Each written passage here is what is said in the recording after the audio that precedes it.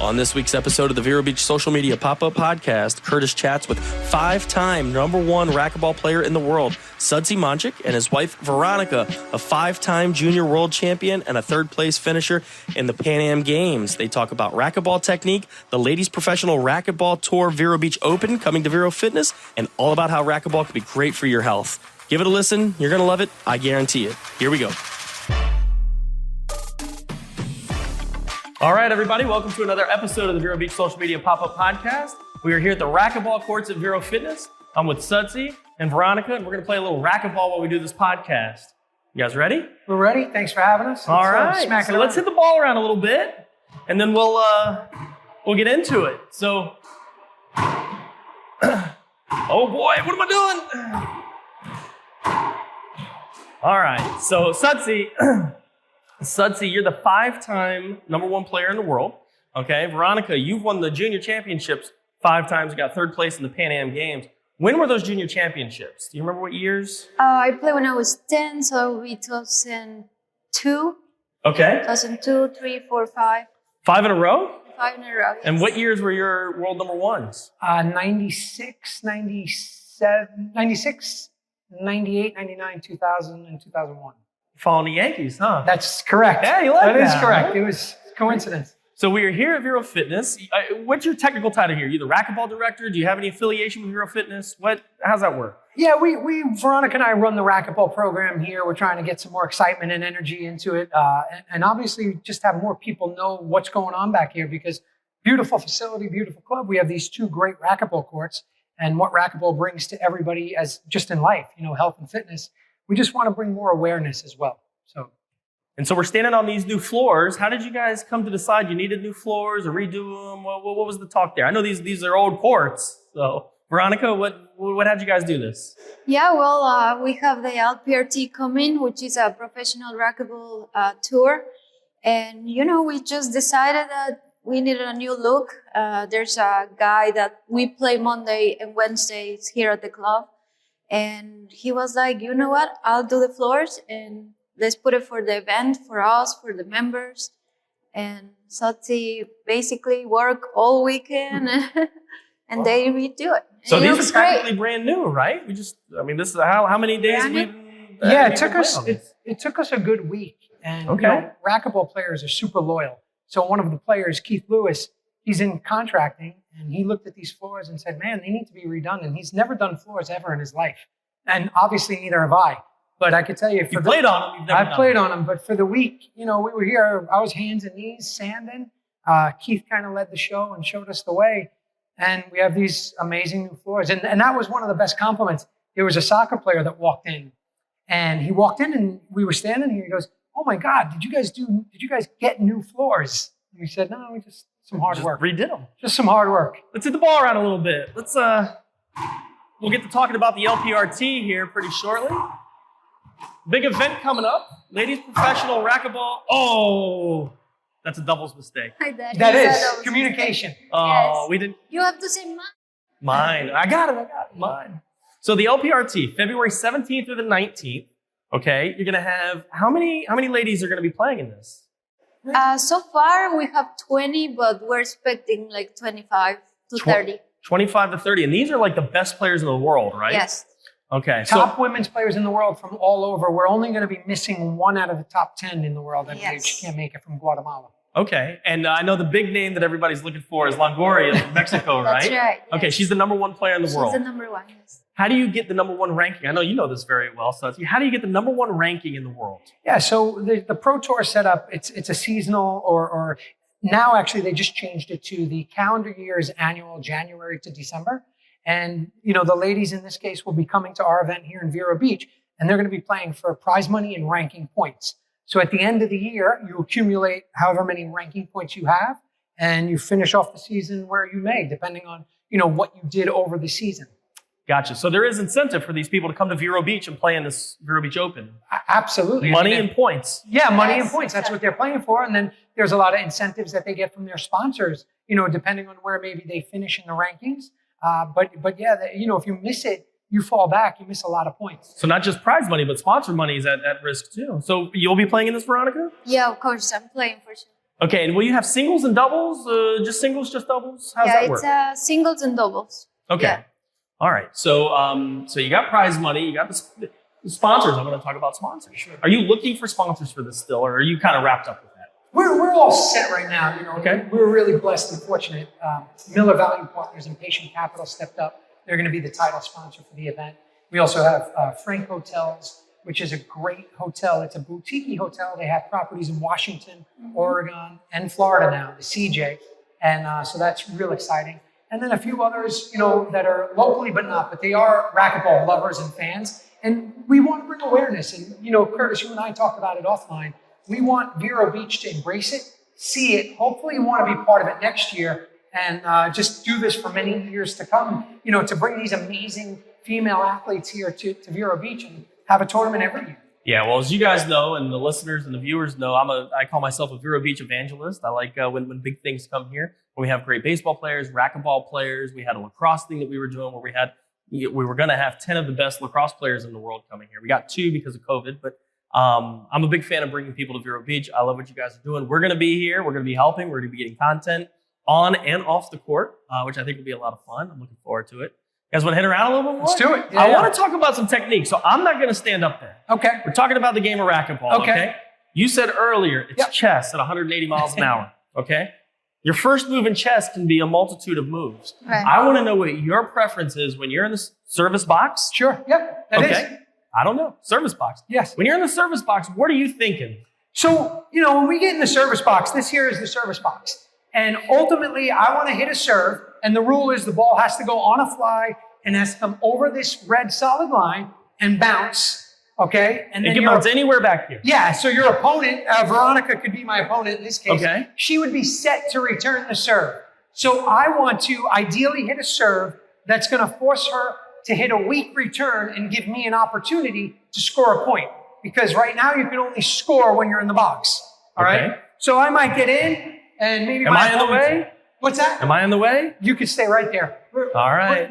I'll hit one over to her forehand side. I wouldn't tell her if we were really competing, but it would look something like this. So see how that ball went over that line? That serve's good. That's in play. If it lands in front of that line, it's a fault short serve, and then you get a second opportunity. Just like tennis.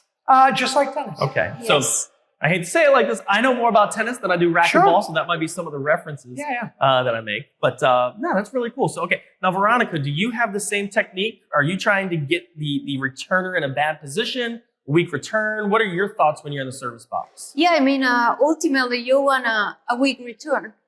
The technique, it changes for everybody. Each person has their own technique. They use different serves, and you really can serve million serves.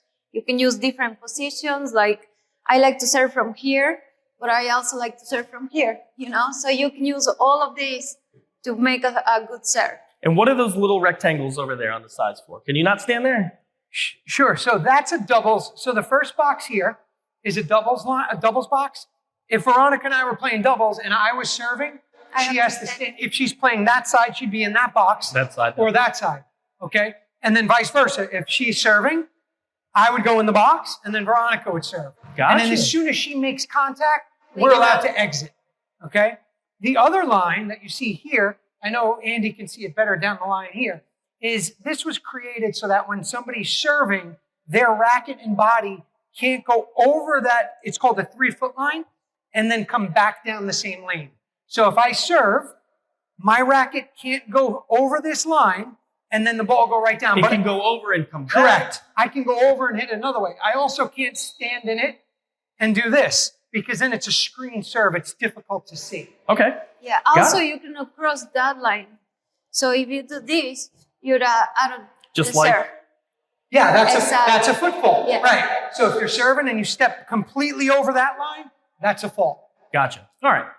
Got a little serve technique. We've learned a little bit about what you guys are trying to do with the returner. I want to go a little bit further back to the Open. So we talked about the Ladies Professional Racquetball Tour Open, February 17th through the 19th this year. You guys are planning on doing it next year, right?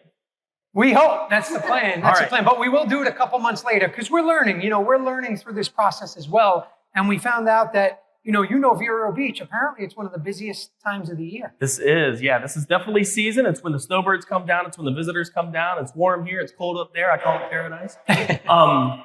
So I'm going to throw the slider to you, the curveball or the tough serve now. Okay. What do you do about spectators? There's not going to be any spectators this year, or very few, I guess, with sponsors. Do you want this to grow into a spectator event? If so, how do you do it here? I mean, have you guys kind of gone over the logistics on that, or? Yeah, the way we see it, we're limited for space here, in this facility with these 2 courts, which is okay.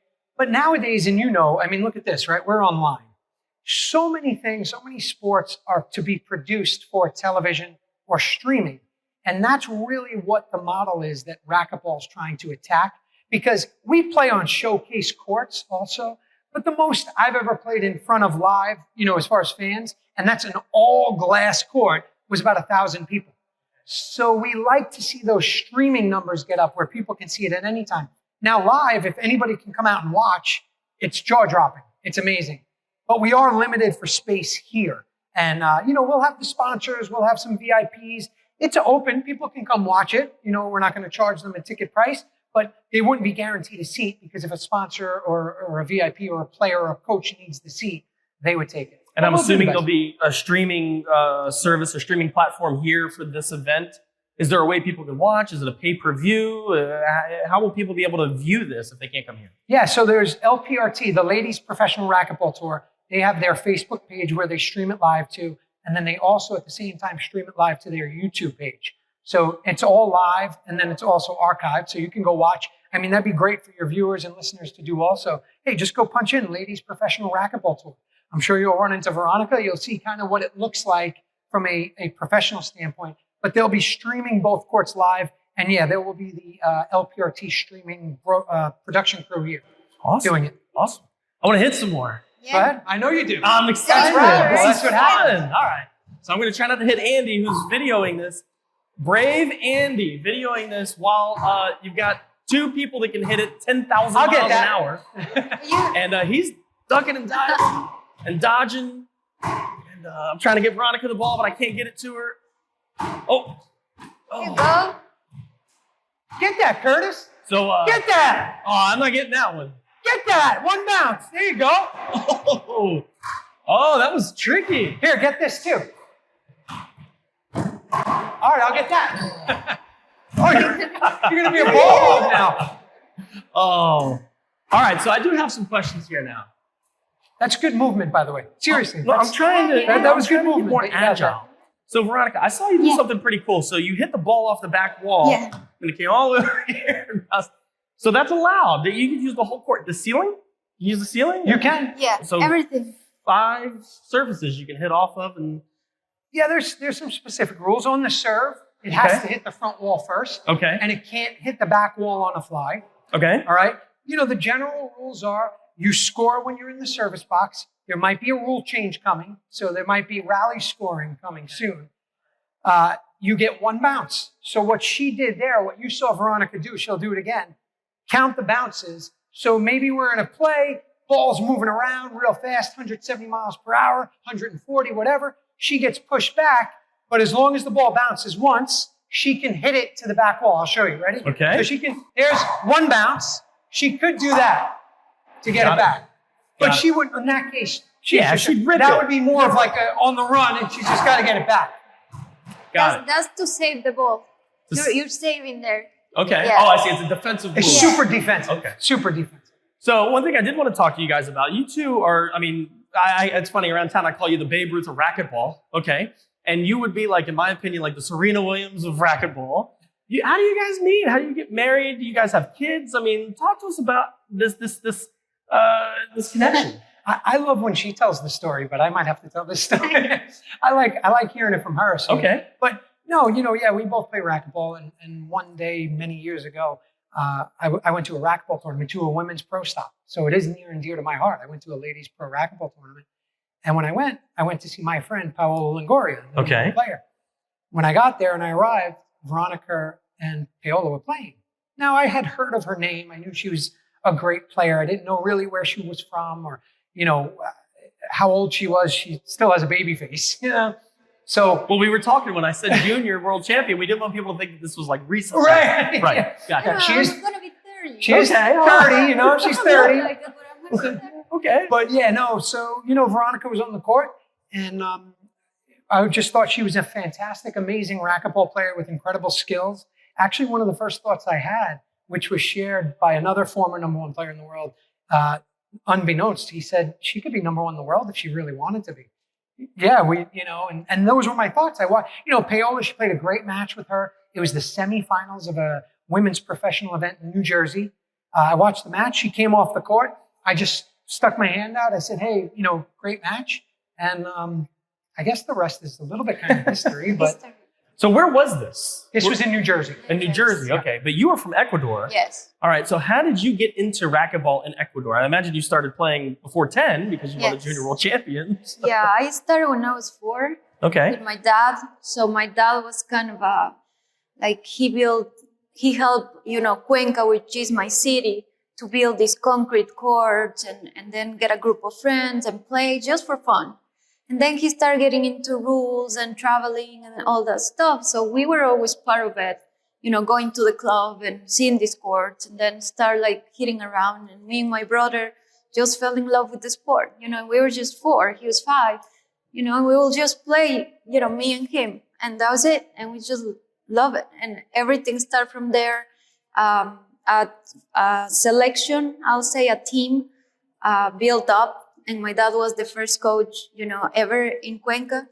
And then from there, everything started to grow. And we just started competing, internationally. So my first event was when I was 10, leaving my country, coming to Orlando to play the Junior Worlds. Oh, wow. Yeah, they something that's super different, with racquetball internationally versus here in America is these international countries get so much government support. They get a ton of financial support. I mean, hundreds of thousands of dollars annually. And really, Ecuador brought me down to coach them as well. Oh, wow. Okay. Whereas it's... Well, at the time when I started, we didn't have really support. But since we went outside and play internationally, they started, I won those Junior Worlds. And, the government then was like, all right, racquetball is doing good, so we're going to sponsor racquetball. And it's like your job. I've been doing this for so many years, and I was getting paid, a monthly salary, and you make a living with that, which is different than here. Oh, very different than here. Sudsy and I have talked about that quite a bit. Yeah, we don't. Yeah, USA doesn't. Even our Olympic athletes, they're not really on a monthly stipend. They actually, these international athletes, they get paid to be professional or elite athletes, and it's pretty amazing. I kind of touched on it, how important it really is internationally. I was living in Ecuador in the first 3 months, and I'm shaking hands with the president of the country, and it was a racquetball thing. That's great. Yeah. So I want to get a little bit back into this. We're going to go back into your history. In men's tennis and in women's tennis, again, I apologize for the it's a little slower than what we do. Yeah, of course. Now, in men's tennis, you play a best of 5. In women's, you play a best of 3. There are a couple little minor different rules. Are there any different rules from the ladies' professional racqueteur and what the men would do? Is everything exactly the same? No, the rules are the same. Yeah, in the women's pro tour and the men's pro tour, it's the same. We play by the same scoring system for now, but there is some talk that internationally they're going to change that scoring system, go to rally scoring. They think it's going to simplify it a little bit for the viewer. They also think it's going to go a little bit quicker, and ultimately, I think there's a little bit chasing the Olympic dream still, and they think that might help. So how does your strategy change from a service-only point to a rally point, where the person on defense could get a point? That's a great... Yeah, I think all the athletes now, we're trying to figure that out. Sure. We don't really know, they just changed the rule, and I think everybody's a little bit concerned because that's not our sport, to be honest. And so I think everybody's going to start practicing different and just figure it out. What's the strategy? What's the deal in the rally scoring? Yeah, we won't be playing that at the Vero Beach tournament, but it has been implemented immediately into the International Racquetball Federation. So that's the IRF. It's called. But the Women's Pro Tour and the Men's Pro Tour, they're still with the traditional, you can only score when you're serving. So coming from a big baseball fan, there have been a lot of changes in Major League Baseball with some of the rules. In extra innings, you start with a guy on second. stuff like that. And just like you said, that's not the sport. That's not the sport we grew up with. Look at what we watch in NFL, right? Right? Yeah, a lot of things change. The overtime rules in NFL, yeah. So coming from a professional athlete in this sport, what is the overall consensus? Do the athletes like it or not? Or are they kind of bucking you guys because, Yeah, I think right now everybody's a little bit concerned because we don't know. We haven't played a tournament like that. We have no idea what's going to happen, And so I think now that the girls are coming for the LPRT, I think we're going to talk about it. I'm sure it's one of the topics, and eventually, if it's good for the sport, all for it. We'll do it. Right. That's fine. If it helps you get in the Olympics, fine. Exactly. Let's do it. We'll figure it out. But if it's not, you're changing a whole thing for really no reason. Right. Right. So. Yeah, I think a lot of players right now, we've been talking about it too, from a coaching standpoint and a competitive standpoint. We're not really sure yet which way to go, because we always want to be good at serve return or when you're serving, but it does change things. Sure. When you have a big lead, all of a sudden, trying to come back from a big lead, you might take away the comeback a little bit. I was talking this morning to one of the players that will be here. She's the number one player in the U.S., and she hates the rule, but she hasn't even played it yet, so she doesn't know. But so we'll see, But what Veronica said is right. Listen, all of us in racquetball, if it's going to help the sport in any way, whether it's Olympics, whether it's more notoriety, whether it's more awareness, we're all for it. Sure. Got it. All right. So a little strategy here. Go ahead and hit the ball. I want to hit the ball a little bit and kind of talk about something. Yeah. So when I've been hitting, I've been aiming for the middle. Okay. I've heard you say, 5 or 6 times, don't hit the middle. Where is the perfect spot on the wall, or is there one, where you want to hit? So there's not really a perfect spot, so to speak. It's a fast-moving game. We used to say it was the fastest moving game in the world.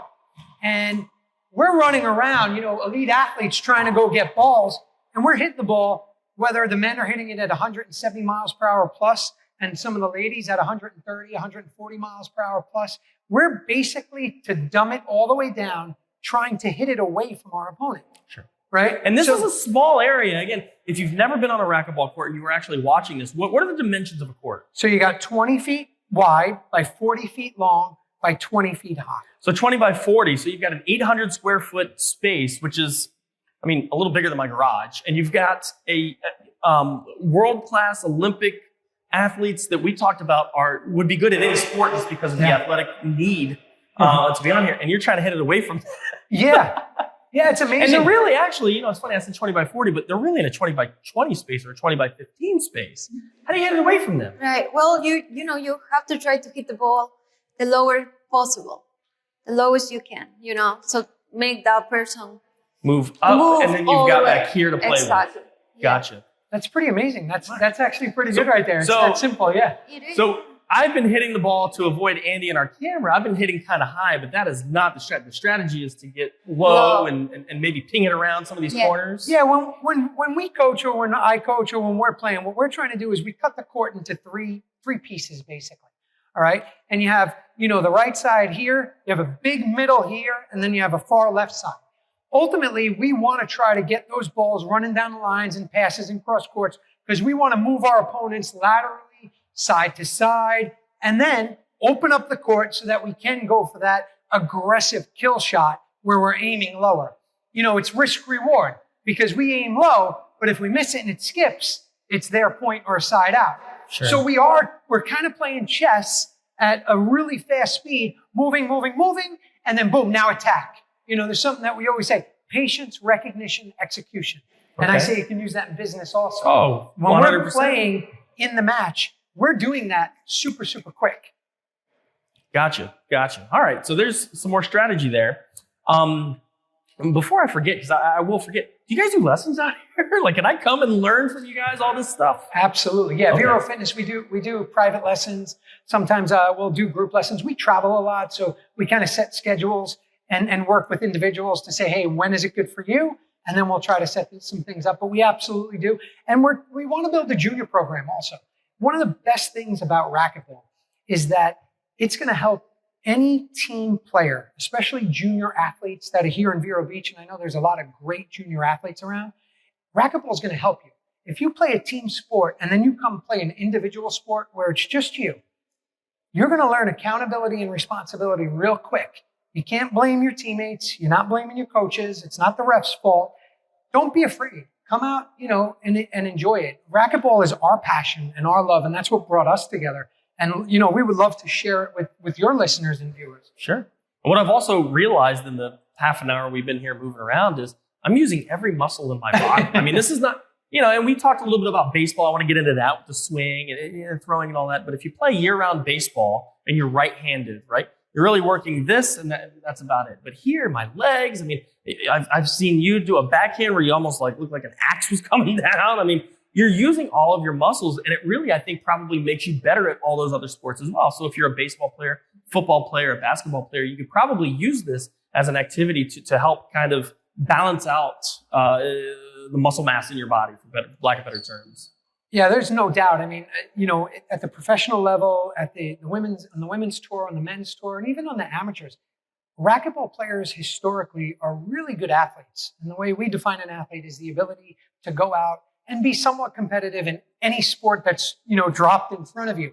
And racquetball is super unique in the sense that, right, we're using, it's an aerobic and anaerobic sport, first of all, right? It's go, go, go, and then it's slow, but you're still using your aerobic muscles and blood and oxygen. And then you're also changing direction, right? So we're changing direction a lot. Ball's over here, now it's over here.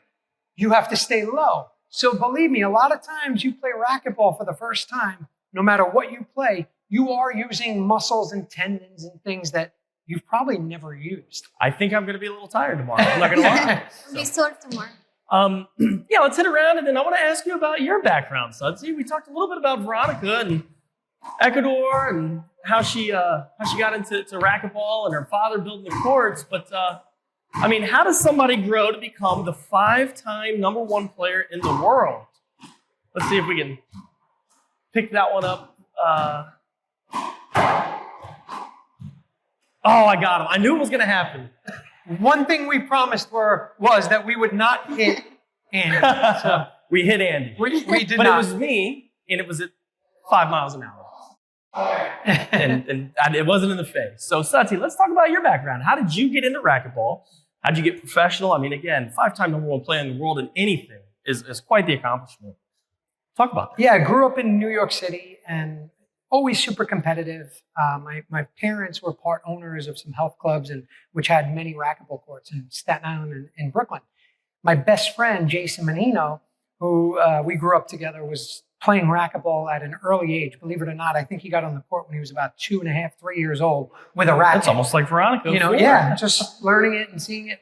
And when we were about 6 or 7, those competitive juices really started kicking in. And quite frankly, we would go to the racquetball club and we could play baseball and football and tag and everything outside. But we'd get in here and he would kick my ass.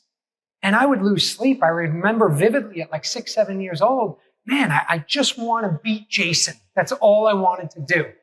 And, at the time, racquetball was booming. It was the early 80s. It was really doing well nationally. There was a lot of money. There was a lot of, everybody was paying attention to it. You had a lot of famous athletes. You had a lot of celebrities. I remember Arnold Schwarzenegger, playing racquetball on a cover of a magazine. And it was going well, and I was just really loving the sport. I was playing a lot of tennis, too, at the time, and I was excelling in tennis. And I remember at 10 years old, both coaches, I had a racquetball, not really a coach, but more of like a friend, Ruben. And they both kind of said, more so the tennis guy, you need to pick, hey, you want to play tennis or racquetball? For me, it was a no-brainer. This was just more fun. It was fast. It was loud and aggressive. And I still smack the tennis ball around with Veronica sometimes, but that's what happened. And then really the rest is history. I won my first junior national title when I was 8 years old up in Poughkeepsie, New York, and then continued on forever. And it's been part of my life since then. And it's given me the best things in life, and I'll continue to do it as long as we have courts. Well, again, thank you, Vero Fitness, for letting us shoot this podcast here. These courts are beautiful. You guys have done a great job out here. And I used the racquetball courts probably 20 years ago, and I think it was the same floors from 20 years ago when I was here. Until now. Yeah, so these things are cool. So back in the, all right, so early 80s, you're a kid, you're getting into it. At that time, what did the progression look like of going from a junior champion to a professional or to, how does that work? I mean, are there a minor leagues of the racquetball? Yeah, no. So it works the same for both the men and the women. And, you play in the amateurs. You could enter professional events. You could enter, and if you can qualify and get into the main draw, now you're in the main draw where you might win some prize money potentially or not. And I played throughout my amateurs. I played all the junior nationals. I played junior world championships, high school nationals they have. And, when I was 17, 18, I made the U.S. team. I played in the Pan American Games in Argentina for the U.S. in 1995. And then from there, I signed a professional contract to play racquetball professionally with Head Penn Racket Sports. And I stayed there, and it was a pretty similar run. You can do both. And that's how you did it. Anybody can try to get there. Right. I'm going to try. I mean, from your lessons at 37 years old, I am going to.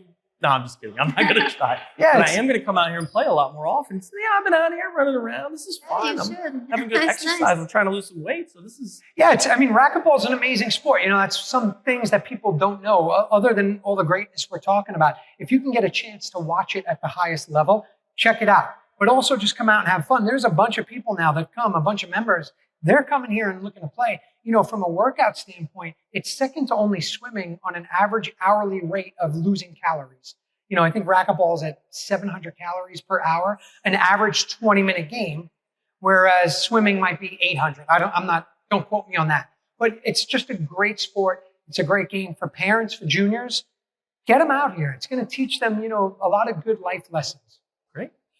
I've asked all the questions I was going to ask. I didn't know if you guys had anything else that you wanted to add to this. I think this has been one of the funnest podcasts I think I've done. But again, if you guys have anything you want to add, I know the LPRT February 17th through 19th is going to be here. Brand new floors here at Vero Fitness. What else do you guys have? Anything?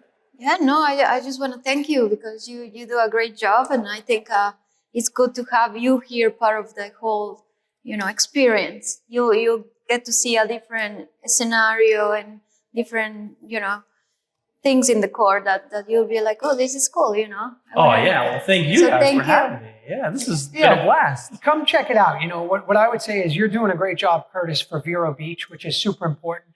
And anybody that sees it or doesn't see it, talk about it, invite them. Let them come watch. It's going to be the 17th, 18th, and 19th. You'll see some of the most amazing female athletes on the planet doing what they do best. We're going to be running all day, 9 a.m. to probably 9 p.m. on the 17th and 18th, especially junior athletes. Junior girl athletes, they're easy to be inspired by and motivated by. We have a daughter together, and we can't wait for her to watch some of her friends and competitors because we know, how that can make a difference in their life. And we're excited that it's going to be here at Vero Fitness. Thank you to obviously them and Vero Beach. We hope, next year and the future as we move forward, Vero Beach as a community wants to be more involved and be part of it as well. Yeah, well, you guys have done a wonderful job here. Thank you guys for coming in, doing this stuff with the courts, doing the lessons, really bringing this part of the club back. And I think you guys have been awesome. Thank you guys very much for having me here. It's been great. Thank you. Thank you. And thank Andy, of course. Yeah, Andy, thanks. Oh, what do we got? In the bag? Oh, let me grab it. What's in the bag? I don't know. What's in the bag, man? I don't know what's in the bag, Andy. What's in the bag? What's in the box? What is it? What is it? Oh, we got some gifts. Oh, nice. Oh. Really? Oh, let's see. I'm going to guess that's for you. Thank you. This is awesome. Yeah. I'm going to guess that's for you. No way. What else we got in here? You got a great. camera in here, Andy? Oh, that's awesome. I don't know how to drop the racket. I don't think I gotta can. be What we got? kidding me. We got some I shirts. love the colors. They're so cool. Let's see. Oh, I got to yes. get my phone. I go. took a picture of you, Curtis, standing here, and the number one woman player, Kalani, she goes, I love those thank you. shirts. I said, well, he'll be What here. size does she wear? I'll bring her one. When you There see you go. her. That's for you. Thanks, The medium, man. I think. I love probably because between. everything has my name. That's on it. cool. There you go. Oh, it's so cool. Vero. Cool. Yeah. Well, thank you guys again. Thank And, you. Thank you. This is Look at awesome. that. Yeah. Super cool. Thank you. Right there. Cool. Love it. We'll be using. Do it now. Are there any rules of what we can or can't put in these? No rules at all. You can You put know, whatever you little want. Malbec in this one. Oh yeah, for me. This is great. Hey, thank you so much. You guys are awesome. So again, that's going to do it from us here at Vero Fitness on the new racquetball courts. I'm with Sudsy and Veronica. like I said, the Babe Ruth and the Serena Williams of racquetball. And, I'm not going to say that I didn't just dominate them, but if you watch the whole thing, maybe you'll see my skills a little bit. Thank you. Thank you for showing us that. Yeah. Thank you guys for watching and for listening. We'll catch you next time.